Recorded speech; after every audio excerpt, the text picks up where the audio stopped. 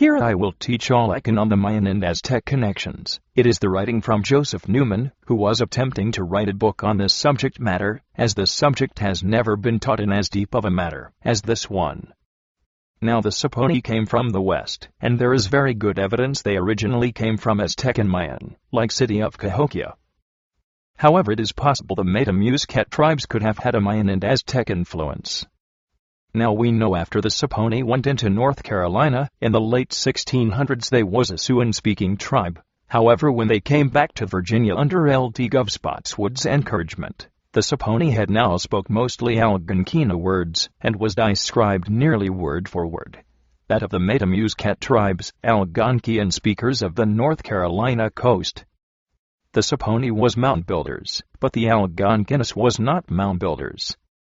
Now the Saponi and the Matamuscat both had a wooden idol statue, who did not resemble themselves, for of these have been found. This idol resembled the tribes of Florida. Their body paint and tattoos also was that of the Florida tribes. We know, after the Spanish attacked the Aztec and Mayans, the Spanish set their eyes on Florida, and they brought with them slaves.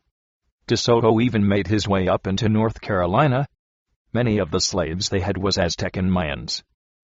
An untold story of ethnic cleansing in America. While American school children learn of Columbus's role in the discovery of the New World, they aren't told the entire story. For example, Columbus employed both Moorish and Spanish sailors, and himself may have been Jewish. On his fourth voyage in 1502 he records two important discoveries. First, on the Caribbean island of Guadeloupe, he discovered an iron pot and an old ship's mast preserved in an Indian hut. He and his crew determined these artifacts had come from the Canary Islands. The Canaries, a Portuguese possession, had been a favorite dumping ground for conversos of Muslim Berber origin. Second, on July 31, 1502, came an even more extraordinary discovery. Off the island of Jamaica, Columbus encountered strange people on a strange ship that Western historians have generally considered to be Mayan Indians. This ship was 40 feet long with a diameter of 8 feet, and had a shaded pavilion in the center. From a distance, Columbus thought it to be uncannily like the Moorish galleys he had so often seen in the Mediterranean. There were approximately 40 men and women on the galley, and unlike the Jamaican Indians, these people wore clothing, sleeveless shirts, and with showy colors and designs, like those Columbus had seen, in Muslim Granada.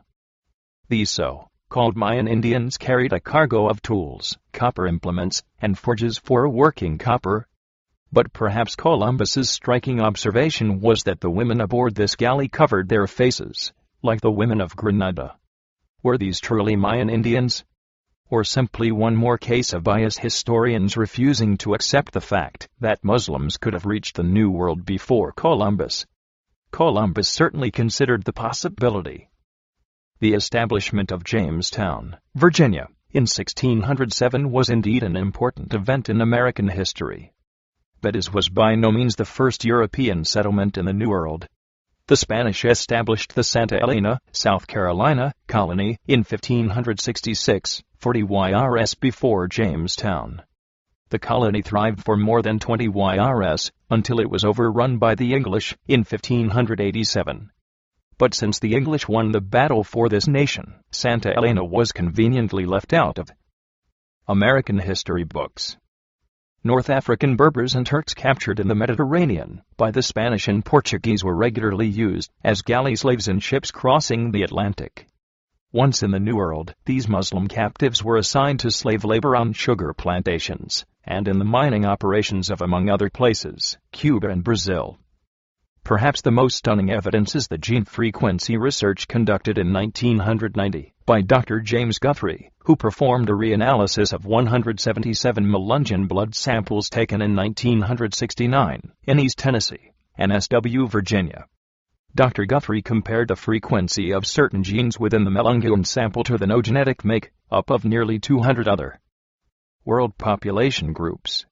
His findings indicated no significant differences between the Melungeon people of East Tennessee, NSW, Virginia, and the people of North Africa, and especially Morocco, Algeria, and Libya, and the Cilician Mountains of Spain and Portugal, Iraq, Cyprus, Malta, the Canary Islands, and extreme southern Italy, and Most interesting, certain South American Indians, and last, but not least, the Turks. We also know the slave trader and pirate/privateer was going to South America and bringing natives back to England. It is said some of these was in fact Aztecs. Sir Francis Drake's men had went to Mexico City area and left some of his people. These men was repairing their ships and may have picked up Aztecs from the Spanish for labor. From here they entered Florida and took a 11-month journey through the trading paths of the Native Americans. The trip took 11 months before they made it to Canada. Many men stopped their journey so they may live among various tribes along the way on this trading path. After getting through Florida, the path would take you to the Cherokee, then to the Akanaki, then to the Saponi and Monacan villages. Many slaves was brought from the Aztecs and Mayans into the West Indies, Caribbeans, and from there into Florida. We also know even before the Spanish came, the Mayans and Florida shared the same coast, and when they looked into the Gulf of Mexico they would have actually been facing each other. The Mayans by boat would have traveled about a state's distance away and entered Cuba, from there going another state's distance away to reach the Florida tribes, or you could say the distance from the Mayans to the Florida tribes would almost the same as traveling from Miami, Florida to Atlanta, Georgia. So the Mayans could have traded with the Florida tribes prior to the Spanish contact, and then the Aztecs could have had contact after Spanish contact. The Spanish and Portuguese was often seen together. Many descendants of Native Americans in the Say had many ancestors who claimed to be Portuguese. The Saponi descendants often have ancestors on records claiming Portuguese and native descent. The Spanish was all over the Say during the early 1500s. So with that I can now show you very similar things. Remember, Cahokia was the USA's version of the Aztec and Mayans, so keep that in mind also.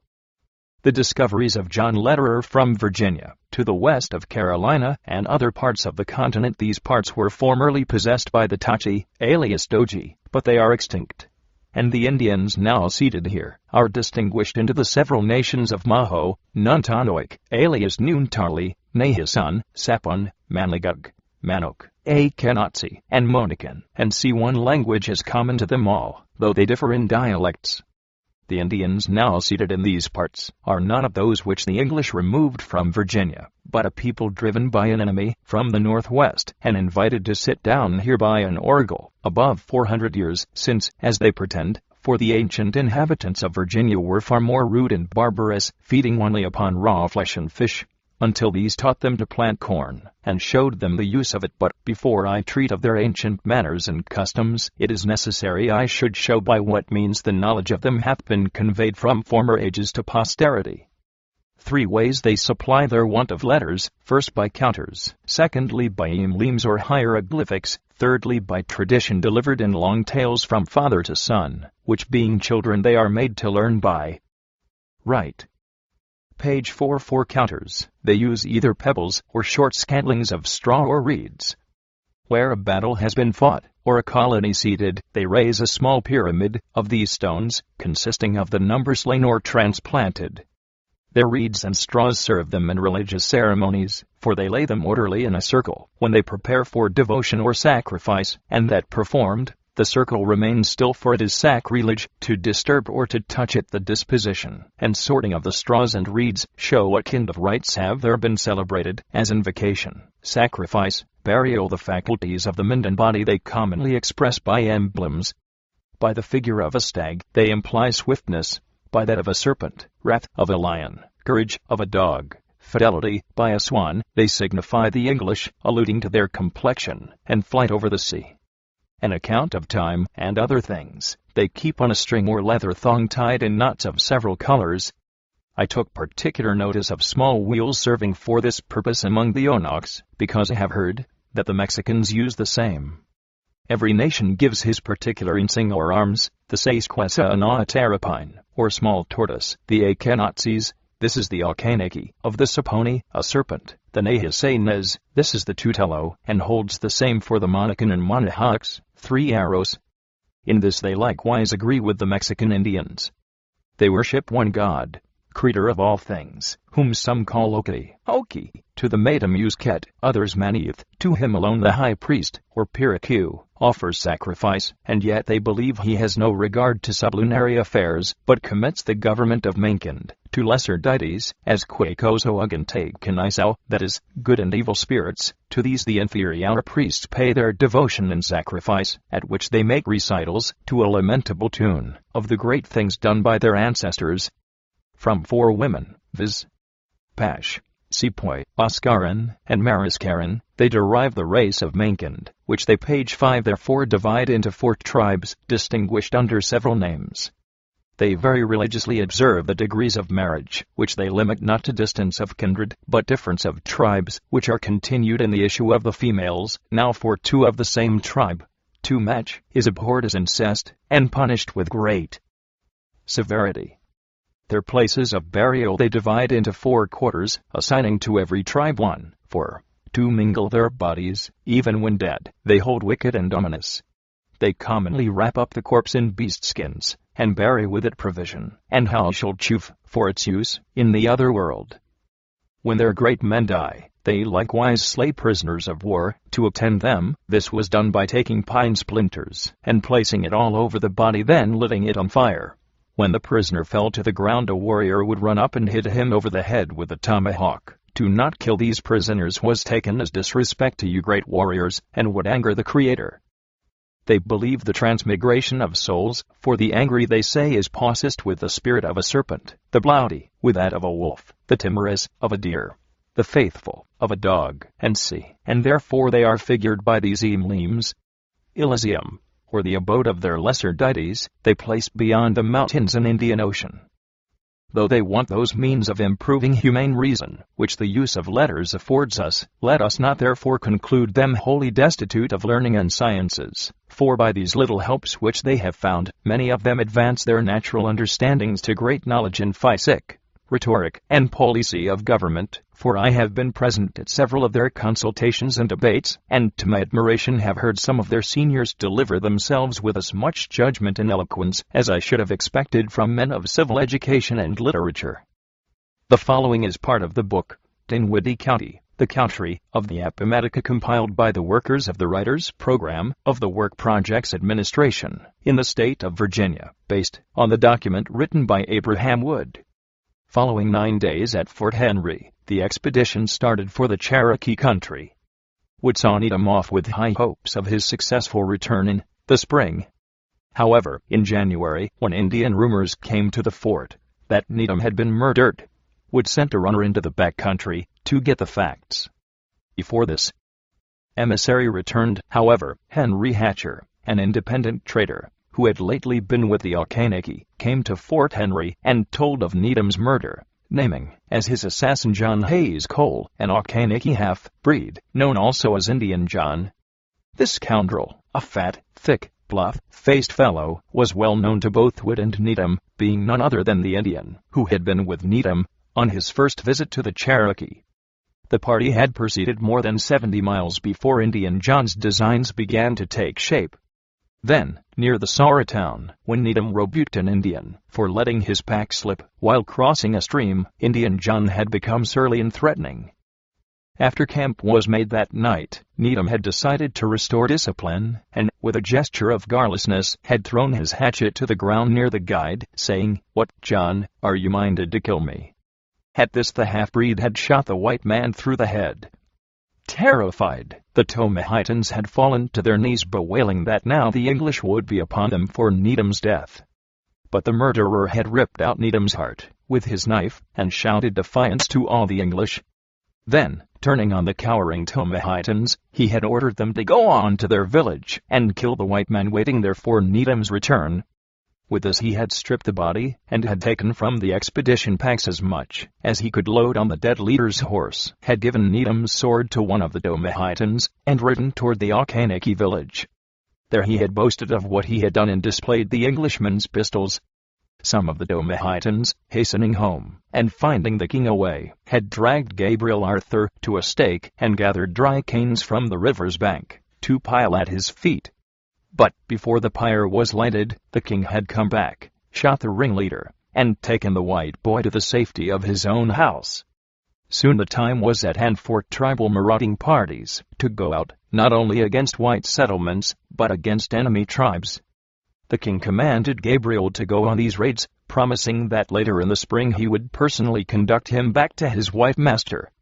After many adventures, which would recounted in his letter, the lad finally reached Fort Henry, where he was welcomed with great rejoicing. 1729, William Byrd. While visiting one of the Cherokee, Nottoway, Indian towns in Southampton County, the young men danced to beat of a gore drum, stretched tight with a skin. The women wore blue and red match coats, with their hair braided with blue and white beads.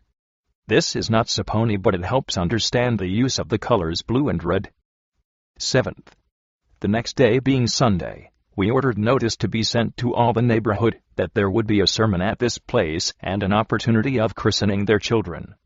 But the likelihood of rain got the better of their devotion, and what, perhaps, might still be a stronger motive of their curiosity. In the morning we dispatched a runner to the Nottoway town, to let the Indians know we intended them a visit that evening, and our honest landlord was so kind as to be our pilot thither, being about 4 miles from his house. Accordingly in the afternoon we marched in good order to the town, where the female scouts, stationed on an eminence for that purpose, had no sooner spied us, but they gave notice of our approach to their fellow citizens by continual whoops and cries, which could not possibly have been more dismal at the sight of their most implacable enemies. The signal assembled all their great men, who received us in a body, and conducted us into the fort.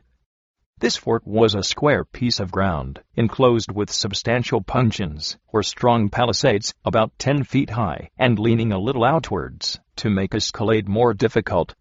Each side of the square might be about 100 yards long, with loop holes at proper distances, through which they may fire upon the enemy. Within this enclosure we found bark cabins sufficient to lodge all their people, in case they should be obliged to retire thither. These cabins are no other but close arbors made of saplings, arched at the page 35 top, and covered so well with bark as to be proof against all weather. The fire is made in the middle, according to the Hibernian fashion, the smoke whereof finds no other vent but at the door, and so keeps the whole family warm, at the expense both of their eyes and complexion. The Indians have no standing furniture in their cabins, but hurdles to repose their persons upon, which they cover with mats and deer skins. We were conducted to the best apartments in the fort, which just before had been made ready for our reception, and adorned with new mats that were very sweet and clean. The young men had painted themselves in a hideous manner, not so much for ornament as terror. In that frightful equipage they entertained us with sundry war dances, wherein they endeavored to look as formidable as possible. The instrument they danced to was an Indian drum, that is, a large gourd with a skin braced tight over the mouth of it. The dancers all sang to the music, keeping exact time with their feet, while their heads and arms were screwed into 1,000 menacing postures. Upon this occasion the ladies had arrayed themselves in all their finery. They were wrapped in their red and blue match coats, thrown so negligently about them that their mahogany skins appeared in several parts, like the Lacedaemonian damsels of old. Their hair was braided with white and blue peak, and hung gracefully in a large roll upon their shoulders. This peak consists of small cylinders cut out of a conch shell, drilled through and strung like beads. It serves them both for money and jewels, the blue being of much greater value than the white, for the same reason that Ethiopian mistresses in France are dearer than French, because they are more scarce.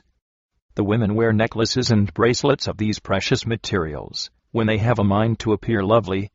Though their complexions be a little sad-colored, yet their shapes are very straight and well-proportioned.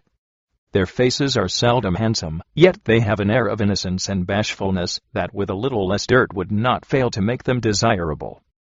Such charms might have had their full effect upon men, who had been so long deprived of female conversation, but that the whole winter's soil was so crusted on the skins of those dark angels that it required a very strong appetite to approach them. The bear's oil, with which they anoint their persons all over, makes their skin soft, and at the same time protects them from every species of vermin that used to be troublesome to other uncleanly people. We were unluckily so many that they could not well make us the compliment of bed, Fellows, according to the Indian rules of hospitality, though a grave matron whispered one of the commissioners very civilly in the ear, that if her oil, with which they anoint their persons all over, makes their skin soft, and at the same time protects them from every species of vermin that used to be troublesome to other uncleanly people. We were unluckily so many, that they could not well make us the compliment of bed. Fellows, according to the Indian rules of hospitality, though a grave matron whispered one of the commissioners very civilly in the ear, that if her daughter had been but 1 year older, she should have been at his devotion.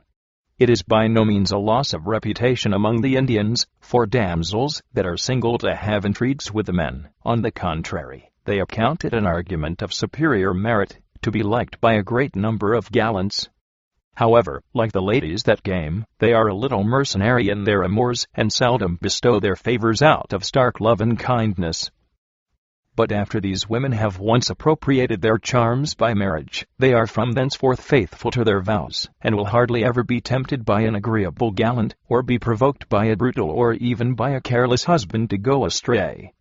The little work that is done among the Indians is done by the poor women, while the men are quite idle, or at most employed only in the gentlemanly diversions of hunting and fishing. I am sorry I cannot give a better account of the state of the poor Indians with respect to Christianity, although a great deal of pains has been, and still continues to be taken with them. For my part, I must be of opinion, as hinted before, that there is but one way of converting these poor infidels and reclaiming them from barbarity, and that is charitably to intermarry with them, according to the modern policy of the most Christian king in Canada and Louisiana. April 15, 1716, Spotwood visits the Saponi Indians at Fort Christiani, which he is met by. The Saponi are dressed for war, and perform a war dance and practice shooting arrows. They numbered 200 men, and had recently been governed by a queen. She had either died, or was dying, so are now governed by 12 men. These 12 men meet Spotwood as he arrives, and lay several animal skins at his feet, and bow to him at the same time. They inform Spotwood through a interpreter that the Janitos had surprised 15 of them and had killed these 15 men. They asked for Spotwood's assistance in killing 15 of them, which is the code of the Saponi, that if any of your men was killed then you could kill that same number, but no more. He agreed that they may take revenge, and that he would supply ammunition. They also complained of being cheated by the English, which Spotwood furnished restitution. 60 young men then show up with feathers in their hair and through their ear, like a earring. Face painted blue and red, the Saponi wore colors. Their hair was cut in fantastic ways, with some appearing like a rooster's comb. They had blue and red blankets wrapped around them. They wore dress. This made them appear like furies. These men, the soldiers, made no speech.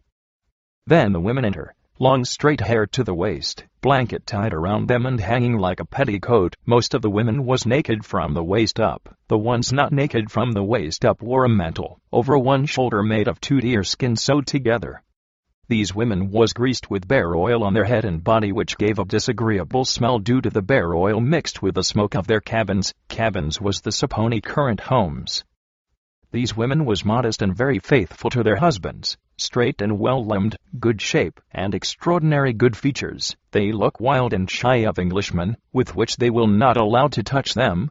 The Saponi village was a musket shot from Fort Christiani, which taught 77 children. The village cabins were all joined, making a circle with 3 passages 6 feet wide each. The doors all faced inside the circle, while the center of the circles was a tree stump which the 12 head men spoke on. The infants was hung from trees out of harm's way by them being bound to boards in the shape of the child, with the top being round in shape. A string went through a hole on the top of the board, making a hoop to place upon tree branches or pin of a post. The boys practiced bow and arrow shooting by shoot at the eye of an axe 20 yards away. Spotwood gave the boys knives and hourglasses. After their village war dance, Spotwood treated them to food which they ate wildly. History of the Colony and Ancient Dominion of Virginia by Charles Campbell.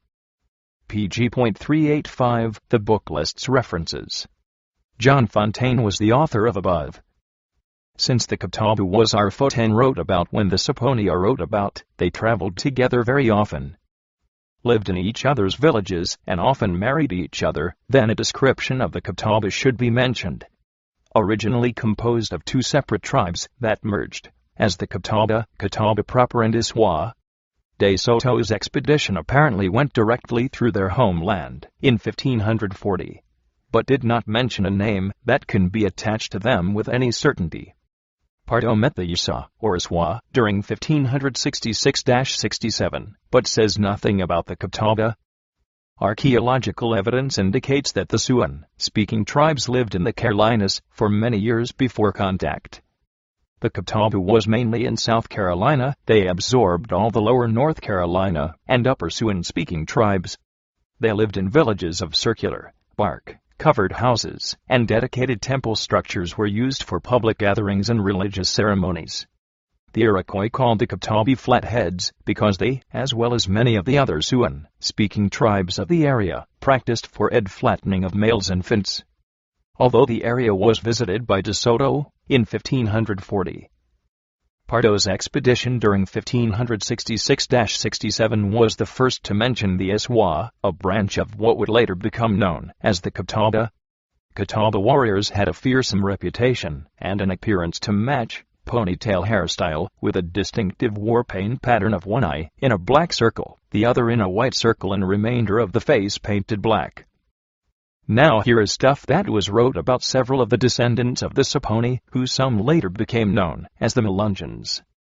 Thought to be descendants of Aztecs. Sandusky Register, June 5, 1894. From the Cincinnati Enquirer. I believe that the Melungeons of East Tennessee are the only living lineal descendants of the ancient Aztecs, said R.C. Borden, of Asheville. The Melungeons have always been a mystery, and but few facts are known about them. They came to East Tennessee from North Carolina more than a century ago. They have mixed with no other race, and have always been filthy and ignorant. A few of them have grown wealthy, but when they do, no effort is made to associate with Americans. They have no traditions as to when or how or whence they came except as to their ancestors in North Carolina. Their names are of Portuguese origin, and their appearance suggests an admixture of Portuguese and Indian blood. They have been classed with Negroes, but it is easily demonstrated that they are not of Negro origin. I mingled with them a great deal at one time, and was fortunate enough to obtain their confidence through an act of kindness to one of their number. A few relics of great age can be found in the pottery and implements. Some of these marked with rude imitations of the Maltese cross. They have a tradition that their ancestors in North Carolina are buried in mounds. Putting these points together, I believe that they are descendants of the Aztecs and of Portuguese sailors who landed upon the North Carolina coast. Great Southern Mysteries by E. Randall Floyd, pg 16. It has also been posited that Melungeon's ancestors was Mayans. The Melungeons, a strange and little-known Tennessee people, descendants of Aztecs and Pizarro's Spaniards. Their peculiar manners and customs. Speculations. Who are these people? From a special contributor. July 29, 1894. Several years ago, while traveling through Upper East Tennessee, I incidentally heard of a peculiar race of people living in the mountain section of country embraced within the limits of Hancock County. Having heard enough to awaken my curiosity, I determined to investigate for myself their history, habits, and race features, as I could find no written mention of them in any magazine, newspaper, or historical word of the state.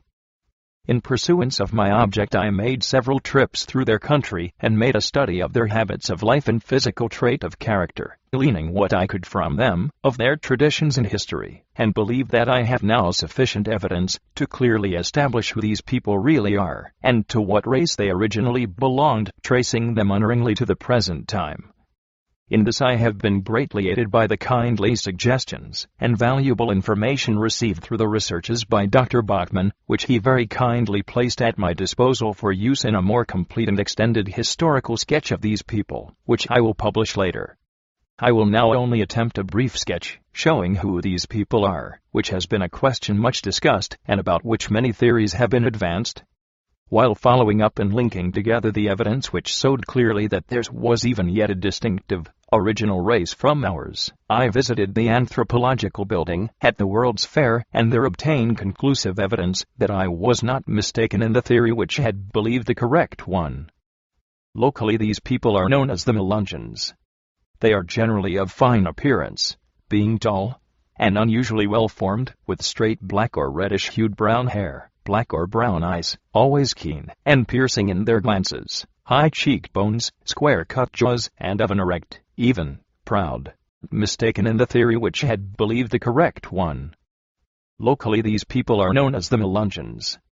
They are generally of fine appearance, being tall and unusually well-formed, with straight black or reddish-hued brown hair, black or brown eyes, always keen and piercing in their glances, high cheekbones, square-cut jaws, and of an erect, even, proud carriage, some of their women being remarkable for their beauty. They are intelligent, but very reticent, and also reserved in manner, particularly so when interrogated as to their history. They are friendly with their fairer-skinned neighbors, and in some instances have intermarried with them, but as a rule they choose husbands or wives among themselves. They are strictly honest, yet distrustful to some extent of advances coming from strangers. They are firm friends, but implacable and even treacherous enemies. They live mostly in small frame or log houses, farm a little, hunt and fish, and take life easy. They have but little money, and seem to care but little for it. They go nearly always armed with rifle or shotgun, whether to trade at some neighboring town, or to visit a neighbor. Some of them, mostly the younger members, can read and write fairly well enough for the ordinary transactions occurring in such a primitive community. They have and enjoy all the rights of citizenship, yet they live and move a distinct and separate body from those around them, preserving their individuality and racial distinction. Who are these people?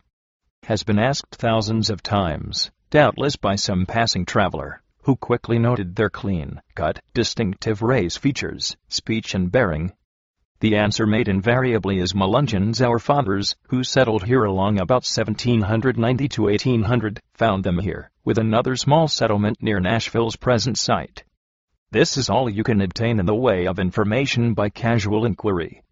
But investigation proves these people to be true descendants of the Aztecs, with the blood of Spain and Portugal, as I will endeavor to show later, and in giving you the proofs, you must follow me in an apparently aimless ramble, or what at first will seem such to you, up among the cloud-crowned mountains, the dark, shadowy caves, where the sun peeps only at noon to lighten the gloom and gild the shadows with its golden light for an hour, beneath frowning, toppling cliffs, pass up the deep and gruesome gorges, wrapped in shadow and mystery beneath the giant firs, listen to the splashing, leaping waters of flowing brooklet, as it winds the sinuous way over, around and under the moss-covered rocks, or huge fragments hurled from the beetling cliffs, above, through beds of ferns, only such ferns as can here be found, and sweet-smelling woodland flowers. Climb with me to the topmost peaks, where the thunderheads gather their forces for the coming storm, and the eagles build their nests. Follow with me in the dusky light of waning day, that distant spiral column of smoke denoting the lowly roof, beneath which I shall find shelter for the night, and enjoy with me the free hospitality of my host Nuno and his wife Luizan, with little Nona and Cecilia and one peeping from the cracks between logs, with bright wondering eyes at their strange guest. And mark well these names, all around in the same family, 3 Spanish or Portuguese sounding, and 2 Indian or Aztec, for in this is one of the direct evidences offered us to who are these people. Upon the top of one mountain we found the blackened rocks, fragments fused, fragments disintegrated in crumbled dust made by signal fires. Down in that dark cove we found stone hammers, stone bowls, half formed upon the rock of which it is still a part. Within the shadows of that gloomy gorge we found arrow heads of flint. We passed into a cave. It opened into a large cavern, through which a tiny brooklet flowed, and thence out into the gorge we just had left. In this cave is a broken copper medal, an iron implement too badly eaten into by rust to be recognized as to its name or use, a small bag composed of woven grss, a broken piece of pottery, a bowl with, how strange, the Maltese cross upon it. The pottery showed threads of grass baked in the clay, that it might be stronger in its structure, a broken dagger of finely tempered steel, before this destroying rust penetrated its polished surface. Further on a piece of heavy dark cloth, covered with shells and teeth of fish, saltwater fish, sewn upon it with twisted fibers from the plant known as the devil's shoestring, among the mountaineers of today, with a bone needle, for here is the needle close by, and not many feet off, a broken piece of curved metal, unquestionably part of a helmet, and many other traces, all of which you can find duplicates of at Nuno's home, and which he shows to you with pretended indifference. but with secret reverence. As in the case of the names, we have in these relics a proof of presence of the Spanish soldier and Indian presence at the same time, or if you prefer the Knight of Portugal and the Aztec princess living in love and harmony together. But let us go out from this dark depository of ancient secrets, and once more, under the light of day, wend our way to the mouth of the gorge, then out upon a level basis, fertile and green, a mile or more in diameter, circular in its general form, locked in by towering mountains on every side except flowing from the forge just behind us. The brooklet wins its way to nearly the center of this plain. There it is joined by streams from several similar gorges. A small lake is formed of cold, clear water, and from this a nobler stream flows out through a natural cleft in the solid mountain wall, narrow its channel, and steep its bed. The waters rush through with a steady roar, resembling the deep-toned rumbling of thunder. Around this pool, or lake, I have mentioned, and covering several hundred aces in its bounds, is the remains of a rock wall built by human hands, and yet perfect beneath the surface, and easily traced. Within its bounds is a cemetery in the southwest corner. Who built so great and strong a wall, as this must once have been? What people lie in that cemetery?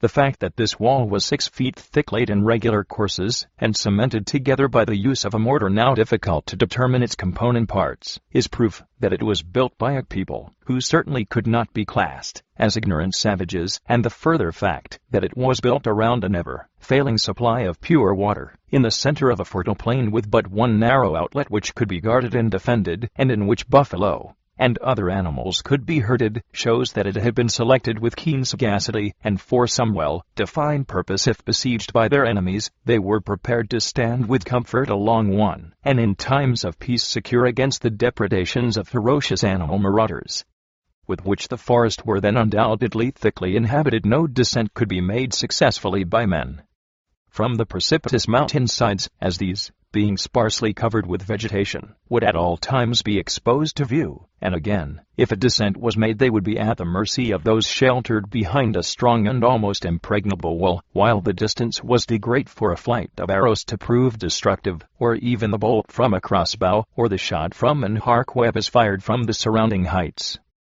Thus we find them at home and obtain an idea of the manner in which they lived. In brief, they were constantly at war with some other tribal race. They lived in fortified cities. Their food consisted of fish and fowl and flesh, with edible plants, maize, roots and salads. There is, however, no vestige of grain food, or slightest sign of their having ever tilled the soil. They had intercourse with the tribes along the seacoast, or made expeditions there themselves, as proven by their clothing, which we have shown already in another part of this article, in some instances, to be a cloth ornamented with seashells, shark's teeth, and animal teeth, serpent's teeth, etc. Thus we know they strove to ornament their dress, probably used plumes and feathers in their head dress, wore picturesque costumes, mantles of furs and cloaks of bright, colored feathers. They bury their dead in 2 ways, although a common cemetery was used. One cloth or for mantle, laid full length upon the back, with arms crossed upon the breast, with the head to the west, the feet to the east. In other words, in rising the face would look toward the sun. Slabs of stone encase the body, as a vault in appearance. In some instances inscriptions have been cut upon these, but in the lapse of centuries water and fire have destroyed all but the traces of these. In the other way the bodies are buried in a sitting position, with the knees doubled back over the breast, and supporting the chin. These bodies are sewn up in a mat of woven grass, or shroud of woven feathers, soft, thick, and skillfully put together.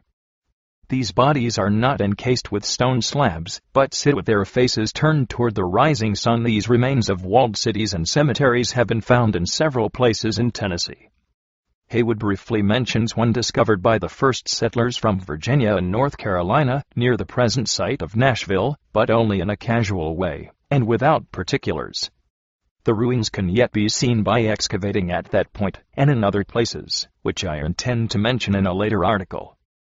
When I visited the World's Fair I spent 10 long days in the Anthropological Building, and also visited the Cave of the Cliff Dwellers. To my great pleasure I found perfect duplicates of what my researches in the mountains of Tennessee had brought to light. Now, let us take all the evidences we have before us, the names, features, bearings, habits, fondness for bright clothing and ornaments, traits of character and disposition, relic days in the anthropological building, and also visited the cave of the cliff dwellers. To my great pleasure I found perfect duplicates of what my researches in the mountains of Tennessee had brought to light. Now, let us take all the evidences we have before us, the names, features, bearings, habits, fondness for bright clothing and ornaments, traits of character and disposition, relics, yet preserved in their homes, although unassociated as links in the chain of a direct history of their ancestry, in the minds of the present tribe or race of Melungeons, yet is convincing to me that they are the deep descendants of the Aztecs and Portuguese, the latter commingling with the Aztecs probably as far back as the 16th century. I say this because I believe I can furnish proof of evidence difficult to refute of this being true, that the Aztecs welcomed among them these few adventurers, and that the union of the two races never extended farther than a limited area, and a proportionately small amount of mixed blood, these being confined to the present limits of Tennessee, and represented now by a few hundred Melungeons. The terrible tribal conflicts, disease, and later conflicts with our own people have decimated and destroyed all but a few of their descendants, who yet linger among the mountains, which once knew the presence of a great and powerful nation other than ours. This nation in Tennessee, as shown by the evidence I have introduced, both in their mode of burial and weapons and habits of life, contain the blood also of another separate and distinct race in their veins, and that these were men of Portugal and Spain, who either deserted or were captured from DeSoto's army. In this manner, I now close this hasty sketch of Melungeons of Tennessee, except to say that I have gathered and preserved many of their traditions, which I hope later to make public, and further confirm the position assumed in this article. I would like, further, to suggest that the evidence found here, in New Mexico, Nevada, Arizona, Mexico, Peru, and Chile, and the exhumations of Egyptian tombs prove that the Aztecs were the same race of people in each country, above named, only modified by climate and surroundings, that they ruled in Egypt, and ruled the Western Hemisphere, with the Maltese cross following them everywhere, and to the almost utter extinction of their people, and their race down to the present race. There is indubitable proof of the existence of a Masonic order extending through centuries of time among the Aztecs. R.A. Bowie, The History of Veracruz by John P. Schmall during the 15th century and the early years of the 16th century. The mighty Aztec Empire, ruled by the Mexica Indians, from their capital city Tenochtitlan, began a concerted effort to subdue and incorporate the rich coastal areas into their domain. Eventually, Veracruz, along with portions of the neighboring states, would make up the Aztec provinces of Toctepec, Cuitlaxtlan, Sampoalion, Coatachco, Jalapa, Misantla, and Tlaquetepec. Sir Francis Drake, 1545-1596, was a British explorer, slave, trader, privateer, a pirate working for a government in the service of England, mayor of Plymouth, England, and naval officer. He was an admiral. Drake was also involved in the slave trade and was a fierce warrior and privateer. Drake and John Hawkins were on a slave trading trip to the West Indies, backed by Queen Elizabeth, that ended with an attack by the Spanish fleet at San Juan de Ulua, near Veracruz, Mexico. The 6 English slave trading ships were in the harbor for repairs, and only 2 ships survived the attack, those commanded by Hawkins and Drake. The Spanish did not want the English competing in their highly profitable slave trading business. This battle led to a series of battles that later resulted in a war between Spain and England. In this war, England crushed the Spanish Armada in 1588 and became the dominant world power. Drake helped the British defeat the Spanish Armada. He was second in command. The Spanish called him El Drac, meaning the dragon. 1513 Juan Ponce de Leon, in search of the Fountain of Youth and other fabulous riches, instead became the first European to land in Florida. At the time, he was also the first governor of Puerto Rico. On a later expedition, he discovered the Gulf Stream. This current became very important for Spanish trips from Europe to the Americas.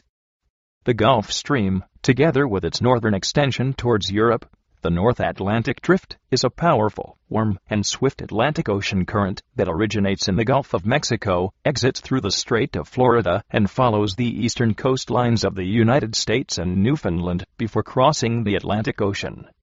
At about 30 W, 40 N, it splits in two, with the northern stream crossing to northern Europe, and the southern stream recirculating off West Africa. It is part of the North Atlantic subtropical gyre. The Gulf Stream influences the climate of the east coast of North America from Florida to Newfoundland and the west coast of Europe. Its presence has led to the development of strong cyclones of all types, both within the atmosphere and within the ocean. The Gulf Stream is also a significant potential source of renewable power generation. 1539 Hernando DeSoto was the first European to explore Florida and the southeastern U.S. He had already explored Nicaragua and with Francisco Pizarro, won fame by toppling the Incan Empire in Peru. DeSoto landed on the west coast of Florida with 600 men and spent 4 years looking for gold and brutalizing the native people. He died near the Mississippi River. 1526 Lucas Vázquez de Ayllón was the first European colonizer of what is now South Carolina, although his colony failed. He also explored Cape Fear. 1528 Panfilo de Narváez led a disastrous expedition to settle Florida when almost all of his men, and de Narváez himself, died after being abandoned on shore.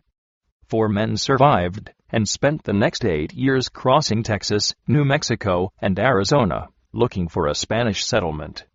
Cabeza de Vaca and his 3 companions were the first Europeans to explore the Southwest and the first to contact many southwestern tribes.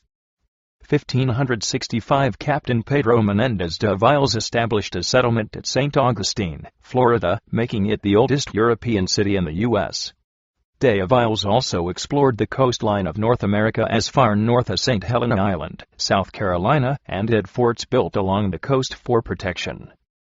The Atlantic slave trade, also known as the transatlantic slave trade, was the trade of African people supplied to the colonies of the New World that occurred in and around the Atlantic Ocean. It lasted from the 16th century to the 19th century. Most slaves were shipped from West Africa in Central Africa and taken to the New World. European colonists initially practiced systems of both bonded labor and Indian slavery, enslaving many of the natives of the New World. For a variety of reasons, Africans replaced Indians as the main population of slaves in the Americas. In some cases, such as on some of the Caribbean islands, warfare and diseases such as smallpox eliminated the natives completely. In other cases, such as in South Carolina, Virginia, and New England, the need for alliances with native tribes coupled with the availability of African slaves at affordable prices, beginning in the early 18th century for these colonies, resulted in a shift away from Indian slavery. A burial ground in Campeche, Mexico, suggests slaves had been brought there not long after Hernán Cortés completed the subjugation of Aztec and Mayan Mexico. The graveyard had been in use from approximately 1550 to the late 1600s. The second leg of the triangle exported enslaved Africans across the Atlantic Ocean to South America, the Caribbean islands, and North America. The Atlantic slave trade was the result of, among other things, labor shortage. Native peoples were at first utilized as slave labor by Europeans, until a large number died from overwork and Old World diseases. 1502, one day Catawba of Seville becomes the first merchant we can identify to send an African slave to the New World. Catawba, like other merchants, is permitted by the Spanish authorities to send only 1 slave. Others send 2 or 3. 1504, a small group of Africans, probably slaves captured from a Portuguese vessel, are brought to the court of King James IV of Scotland. 1509, Columbus's son, Diego Colón, becomes governor of the new Spanish Empire in the Caribbean. He soon complains that Native American slaves do not work hard enough. The 22nd of January, 1510, the start of the systematic transportation of African slaves to the New World, King Ferdinand of Spain authorizes a shipment of 50 African slaves to be sent to Santo Domingo.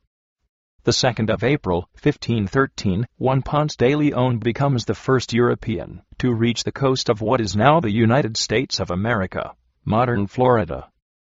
1516, the governor of Cuba, Diego Velázquez, authorizes slave raiding expeditions to Central America.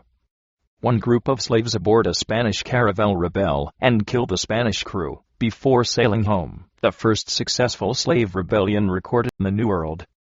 1516. In his book Utopia, Sir Thomas More argues that his ideal society would have slaves, but they would not be non-combatant prisoners of war, slaves by birth, or purchases from foreign slave markets. Rather, they would be local convicts, or condemned criminals from other countries, who are acquired in large numbers, sometimes for a small payment, but usually for nothing. Trans.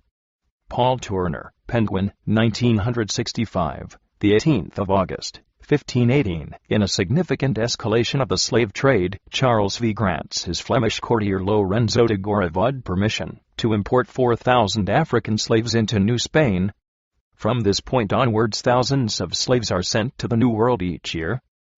1522. A major slave rebellion breaks out on the island of Hispaniola. This is the first significant uprising of African slaves. After this, slave resistance becomes widespread and uprisings common. 1527. Earliest records of sugar production in Jamaica, later a major sugar-producing region of the British Empire. Sugar production is rapidly expanding throughout the Caribbean region at this time, with the mills almost exclusively worked by African slaves. November 1528, a slave called Esteban, or Estevanico, becomes the first African slave to step foot on what is now the United States of America.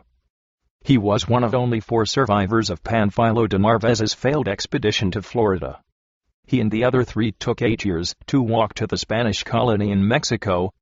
After their return in 1536, the group's leader, Alvar Núñez Cabeza de Vaca, published an account of their journey through modern Texas and Mexico, 1542. 1530. Juan de la Barrera, a Seville merchant, begins transporting slaves directly from Africa to the New World. Before this, slaves had normally passed through Europe first. His lead is quickly followed by other slave traders. The 22nd of January, 1532, Martim Afonso de Souza founds the first Portuguese colony in Brazil at São Vicente. Sugar production begins almost immediately. The 30th of May, 1539, Hernando de Soto, following reports from Cabeza de Vaca, lands on the coast of Florida. Of about 1,200 men in his expedition, around 50 were African slaves. After exploring modern Alabama, Arkansas, Florida, Georgia, Mississippi, and South Carolina, the expedition ended in disaster. October 1562, John Hawkins of Plymouth becomes the first English sailor that we know about to have obtained African slaves, approximately 300 of them in Sierra Leone, for sale in the West Indies. Hawkins traded the slaves illegally with Spanish colonies, but the trip was profitable and others followed. These contributed to increasing tensions between England and Spain. As well as initiating the English slave trade, Hawkins also introduced both the potato and tobacco to England. The 13th of December, 1577, Sir Francis Drake sets out from Plymouth on his circumnavigation of the globe. Returns the 26th of September, 1580, following the death of King Henry of Portugal, and a short campaign by the Duke of Alva. Spain and Portugal are united under Philip II of Spain. Spain thus becomes the most important colonial power, and the largest participant in the slave trade. The 27th of July, 1585, the first English colony in the New World is established at Roanoke Island, modern North Carolina, organized by Sir Walter Raleigh and governed by Ralph Lane. It was not successful, and the colonists withdrew in June 1586. The 16th of November, 1585, in the first of a series of attacks on Spanish colonial interests, Sir Francis Drake sacks the slave trading settlement of Santiago in the Cape Verde Islands. The 11th of January, 1586, Sir Francis Drake sacks the Spanish colony of Santo Domingo, modern Dominican Republic. He goes on to sack Cartagena, modern Colombia, and St. Augustine, modern Florida. These acts of piracy are among the factors that precipitate war between England and Spain. The 23rd of July, 1587, a second English colony is founded at Roanoke Island, again organized by Sir Walter Raleigh. When it is revisited by English ships in August 1590, it has vanished without trace. Admiral Sir John Hawkins, also spelled as John Hawkins, Plymouth 1532, November 12, 1595, was an English shipbuilder, naval administrator and commander, merchant, navigator, and slave trader. As treasurer, 1577, and controller, 1589, of the Navy, he rebuilt older ships and helped design the faster ships that withstood the Spanish Armada in 1588. He later devised a naval blockade to intercept Spanish treasure ships. One of the foremost seamen of 16th century England, he was the chief architect of the Elizabethan Navy. In the great battle in which the Spanish Armada was defeated in 1588, Hawkins served as a vice-admiral. He was knighted for gallantry. William, John's father, was a confidant of Henry VIII of England and one of the principal sea captains of England. The first Englishman recorded to have taken slaves from Africa was John Locke, a London trader, who, in 1555, brought to England 5 slaves from Guinea. A second London trader taking slaves at that time was William Towerson, whose fleet sailed into Plymouth following his 1556 voyage to Africa and from Plymouth on his 1557 voyage. Despite the exploits of Locke and Towerson, John Hawkins of Plymouth is widely acknowledged to be the pioneer of the English slave trade because he was the first to run the triangular trade, making a profit at every stop. John Hawkins formed a syndicate of wealthy merchants to invest in the slave trade. In 1562, he set sail with 3 ships for the Caribbean via Sierra Leone. They hijacked a Portuguese slave ship and traded the 301 slaves in the Caribbean. Despite having 2 ships seized by the Spanish authorities, he sold the slaves in Santo Domingo and thus made a profit for his London investors. His voyage caused the Spanish to ban all Englishmen ships from trading in their West Indies colonies. In 1564, Queen Elizabeth I partnered with him by renting him the huge old 700-ton ship Jesus of Lubeck, and he set forth on his second longer and more extensive voyage along with 3 small ships. Hawkins sailed to Borburata, privateering along the way. By the time he reached Borburata, he had captured around 400 Africans. After Borburata, Hawkins sailed to Rio de la Jaca. The Spanish officials tried to prevent Hawkins from selling the slaves by imposing taxes. Captain Hawkins refused the taxes and threatened to burn the towns. After selling his slaves, Captain Hawkins sailed to a French colony in Florida for a respite. Captain Hawkins returned to England in September 1566, his expedition a total success as his financiers made a 60% profit. His third voyage was in 1567. Hawkins obtained many more slaves, and also augmented his cargo by capturing the Portuguese slave ship Madre de Dios, Mother of God, and its human cargo. He took about 400 slaves across the Atlantic on the third trip. At Vera Cruz he was chanced upon by a strong Spanish force that was bringing the new viceroy to the colony there. Only 2 of the English ships escaped destruction, and Hawkins' voyage home was a miserable one. That of Hawkins' gunner, Joad Hartop, was equally so, and took many years. Although his first 3 voyages were semi-piratical enterprises, Queen Elizabeth I was in need of money, and saw pirates as fighting her battles at their own cost and risk. Hawkins would write about the details of his third voyage in An Alliance to Raid for Slaves. Specifically, he comments on how trading and raiding were closely related in the English slave trade and how European success in the slave trade directly depended on African allies who were willing to cooperate. He also comments on the level of violence he and his men used and encouraged in order to secure his captives. The title makes clear the basis of his methodology. Hawkins pretended to be part of the Ridolfi plot to betray Queen Elizabeth in 1571.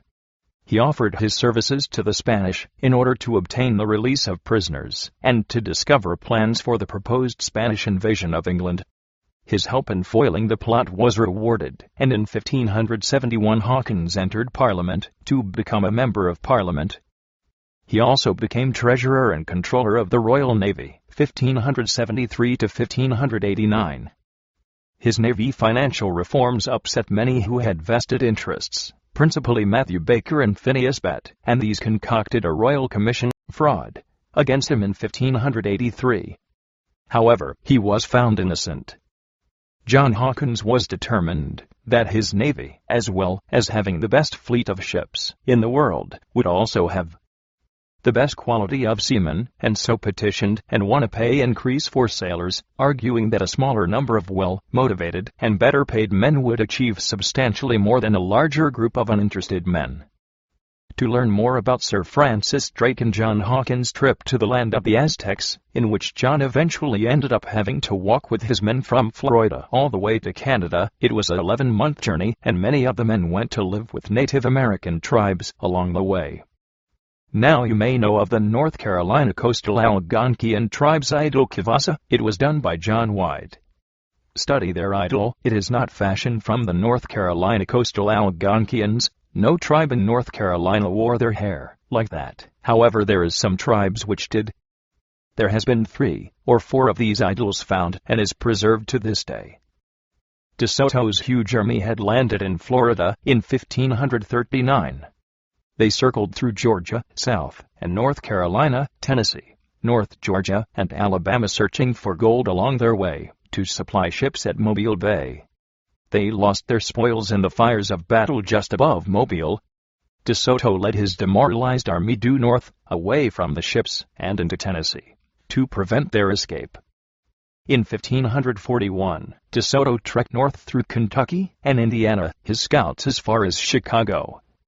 Not finding an ocean there and thereby a passage to China as DeSoto had anticipated, but Lake Michigan instead, he marched southwest through Illinois, still searching for treasures and an ocean to westward. When DeSoto sighted the Mississippi River, which obviously drained a continent and not an island, as he had surmised, in disgust he trudged west through Missouri, searching for Vaca's legendary wealthy tribe. Sickened by hostile natives in the Ozark Mountains, DeSoto turned south for escape. He died in Arkansas in 1542. His army fled toward Mexico City, Spain's nearest outpost on the continent. They passed through Louisiana and Texas, scouts as far as San Antonio. Not finding enough food or water to proceed, they retreated back to Arkansas. His army built boats, then drifted down the Great River, skirting Mississippi. Attacked, the army paddled downstream, through Louisiana, then along the Texas coast to Mexico, in 1543. Half of the men survived. Florida tribe DeSoto met, Aku-Ira, meaning unknown. Aku signifies, and also moon. Connections. This tribe belonged to the Timucuan or Timucuan non-linguistic division of the Muskogean linguistic family. Location. Apparently about the headwaters of the Ocklawaha River. History.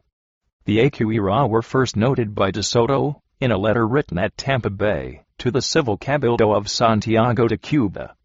According to information transmitted to him by his officer Baltazar de Gallegos, Aku-Ira was a large town, where with much convenience we might winter, but the Spaniards did not in fact pass through it, though, while they were at Acale, they sent to Aku-Ira for corn. The name appears later in Laudonnier's narrative of the Second French Expedition to Florida, 1564-65, 1586, as a tribe allied with the Utina. It is noted sparingly in later Spanish documents, but we learn that in 1604 there was an encounter between these Indians and Spanish troops, and that there were 2 Aku-Ira missions, in 1655, San Luis and Santa Lucia, both of which had disappeared by 1680. The inland position of the Aku-Ira is partly responsible for the few notices of them. The remnant was probably gathered into the Pueblo de Timucua, which stood near St. Augustine, in 1736, and was finally removed to the Mosquito Lagoon and Halifax River in Volusia County, where Tomoka River keeps the name alive. And now, remembering the idol of the North Carolina coastal Algonquians, Hatteras was Algonquian also. Take a look at the tribe DeSoto was within Florida. The Timucua used tattoos as a status symbol. These tattoos were dotted designs created by poking holes in the skin with a sharp object, like a hawk talon, shark's tooth, or bone needle. Then a mixture of wood ashes, to prevent infection, and possibly berry juice was rubbed into the holes. The chief and his family had more tattoos than anyone else. Men and women were both tattooed. The chief and possibly his advisors, principal men, received a blue tattoo around their lips. Permanent body modification among the Maya. There is considerable information in both the ethnographical and archaeological evidence to support the suggestion that the Maya extensively practiced body modification before and at the time of the Spanish arrival.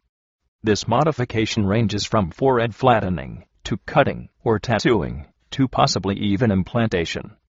However, in the last few decades of Maya research, this area has been highly disregarded and passed off as either not being permanent body modification or simply not being significant.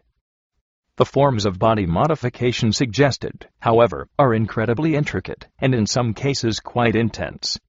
It would be incredibly naive to pass these off as being insignificant, because I think it is quite clear that these were not insignificant to the Mayans. It is not possible to know the details of the people who had these modifications, and because some of them seem to be practiced within all sectors of society, it cannot be easily fit into an hierarchical model. In this essay, I will attempt to outline the physical representations of the different facial modifications, and to offer possibilities as to how these may have been created. I will make no attempt to come to any definitive explanation, or even to give any proof to my or others' claims, as I feel that I simply do not have the extent of knowledge of the Maya necessary to make such claims. However, I hope to show that this is an area of Maya research that has foolishly been ignored, as it is an area of great possibility in the drive to learn more about the Mayan people. Flattened forehead and other childhood modifications. The flattened forehead is one of the only body modification practices of the Maya that is clearly referenced in the ethnographic information. Spanish Bishop of the Yucatan, Diego de Landa, clearly describes the process through which mothers modified their babies to obtain this look. For 4 or 5 days after the child's birth, they laid him stretched out on a small bed made of wands, and there, with his face up, they placed his head between 2 boards, one at the back of the head, and the other on the forehead, between which they pressed it very tightly, and held him suffering there until the head remained flat and molded, which happened after a few days. Such was the misery and danger to the poor children, that some were in peril of their lives, for the author saw one whose skull had been opened behind the ears, and so it must have been with many of them. De Landa also states that the Maya thought it beautiful to be cross-eyed, and so something would be hung from the child's hair which would fall between the eyes, and draw the child's gaze inward and upward, which would eventually make them cross-eyed. De Landa, page 65. The child's ears were also pierced at a young age, and De Landa claims that these were much torn in sacrifice. De Landa, page 66. Tattooing among the Maya was clearly being practiced when the Spaniards first arrived in the New World, and it was described in detail by De Landa and other chroniclers. They tattooed their bodies, and the more they did this, the more courageous and brave they were considered to be, because tattooing was a great torment. It was done in the following way: the tattooist marked out the place that had been chosen with ink, and then delicately cut in the pictures, and thus these marks remained on the body in blood and ink. The work was done little by little on account of the great pain it caused, and afterwards they were ill, because the work used to fester and ooze, but in spite of all this those who did not tattoo themselves were jeered at. This form of tattooing would have created an image unlike any modern tattooing practices. By cutting the skin there is going to be a scar. If the substance rubbed into the wound to give it color kept the wound open, it would have healed from the inside out, giving the impression of the design being carved into the skin. Likewise, if the substance rubbed into the cut did not keep it open, but instead irritated the healing process, the scar would most likely raise. Sanchez de Aguilar, another Spanish chronicler, reports, in the wounds they placed a certain black earth or ground up carbon.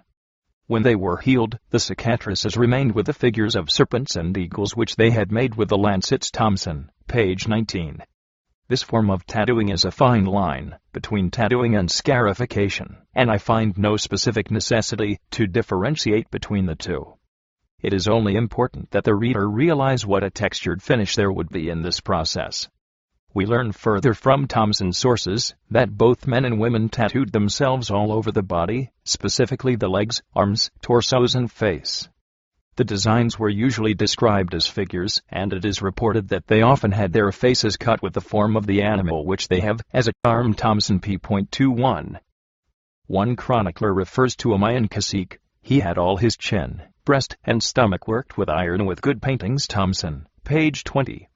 Thompson passes this off as another form of tattooing. Naturally, there is no reason to suppose any implement of iron was used. Thompson, page 20. However, the same chronicler uses the term tattooing elsewhere in his writings.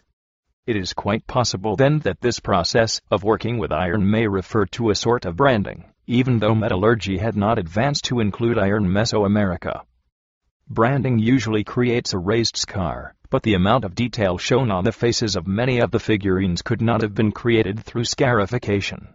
It is a disappointment that there are no examples of tattooing on other parts of the body in the archaeological evidence with which to substantiate some of the claims made in the ethnographical record.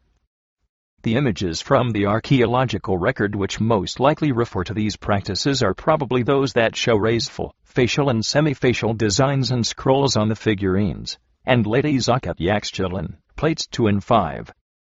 These images amazed me, and, as they are intricately detailed, as being raised designs, my first thought was that they represent raised, keloided scars. However, these lines are very fine and detailed, whereas it is almost impossible to create scars that are raised uniformly, with a width of less than 1/4 inch at minimum. Larrett, 1998. Given this information, it seems impossible that such intricate, uniform, and highly raised symmetrical designs could be created through scarring. However, the high detail would easily have been created by the cutting/tattooing process which is described above. Only the height shown on the figurines would most likely be exaggerated.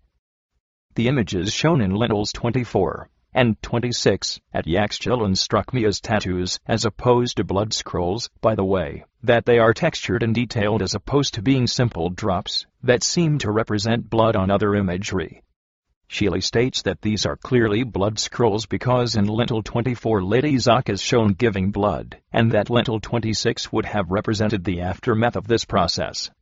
However, the dates on these lintels are not the same, and even though it represents the same ritual, there is no indication that the bloodletting scene shown on lintel 24 would come before the scene in lintel 26 during the ritual. It is only because the lintels have been read from left to right in their positioning on the structure that this order has been established. There is no concrete reason to believe that lintel 24 should be read as having taken place before the other two lintels. I would argue against Shealy and suggest that many, if not all, of these raised lines shown on images throughout the Maya world are indeed tattoos. The fact that tattooing was extensively practiced at the time of the Spanish arrival in the New World suggests that there must have been tattooing among the ancient Maya as well. Given this, it makes sense that tattooing would have been shown in the permanent artwork of the Maya. A continual difficulty with the specific case of Lady Zoc is that if this is a tattoo, and therefore permanent, why is it not shown on all of the Lady Zoc images? If it is a tattoo, it could be used as evidence to suggest that tattoos were not of importance as a status symbol, but rather served some other purpose that is not as easily explained as in the theocratic model of a definition of rank. It is unfortunate that there are no other clear, multiple images of the same person depicted with tattooing. Tattoo artists.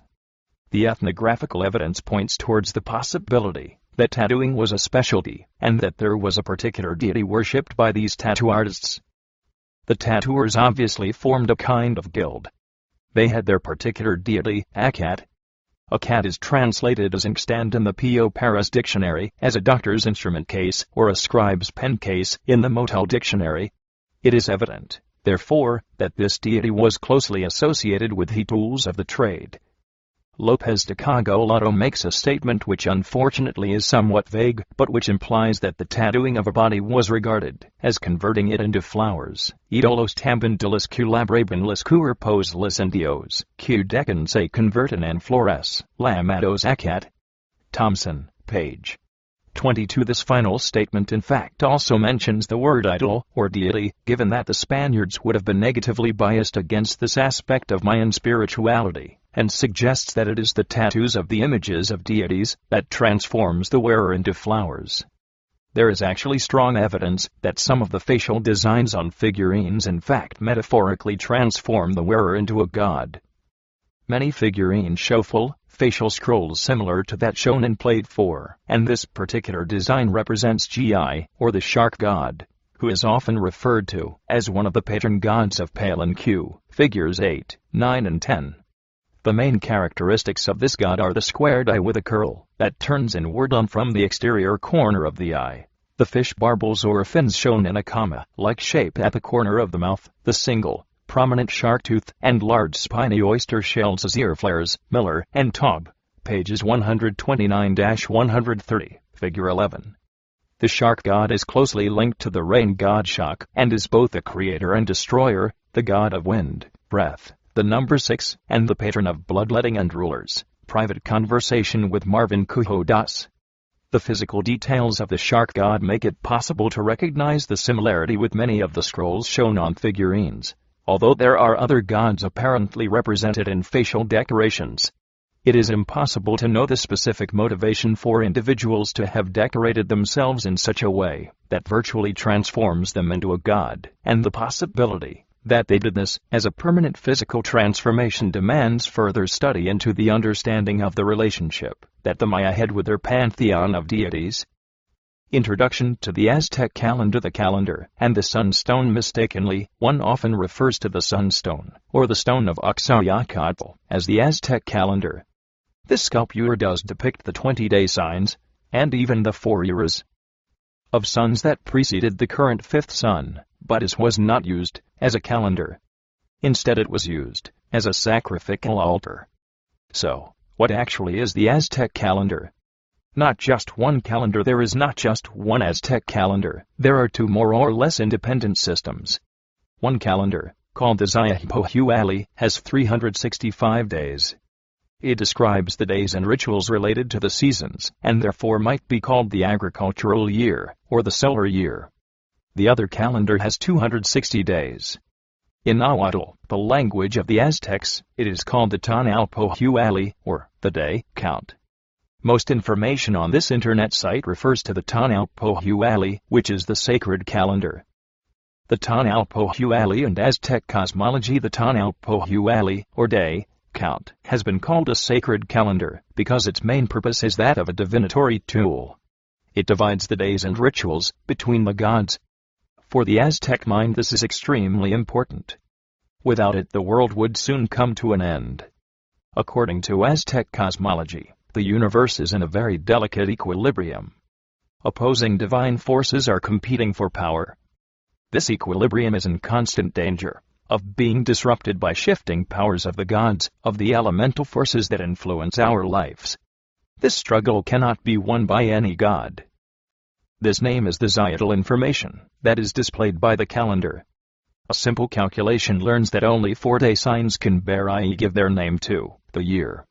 These are Cali, Toctli, Acatl, and Tecpatl for the Aztec calendar. A similar calculation tells us that the number of the Zihuatl is raised every year. So year 1 Cali is followed by 2 Toctli, etc. This means that every 52 years, 4 times 13, the name of the year will be the same. A combination of 52 years is called a calendar round or Ximalpili bundle. Aztec versus Mayan. Caldars. The Aztec calendar was basically similar to that of the Maya. The ritual day cycle was called Tonalpohualli and was formed, as was the Mayan Tzolk'in,